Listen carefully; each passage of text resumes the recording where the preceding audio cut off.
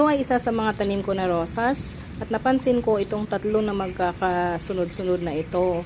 At iisang ano lang siya, iisang plant lang siya. Ang ganda niya.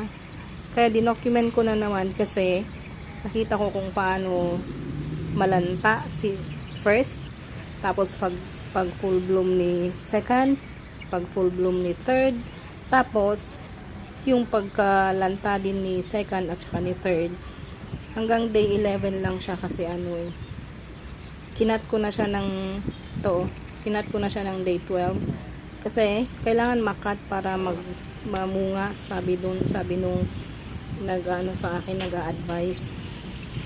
Yun yung tatlong kinat ko, and yeah, babalik ko siya dun sa pots niya. Ang ganda niya, pero may hangganan yung ganda niya. And napansin ko ang dami nitong tapos may bangong buds na naman.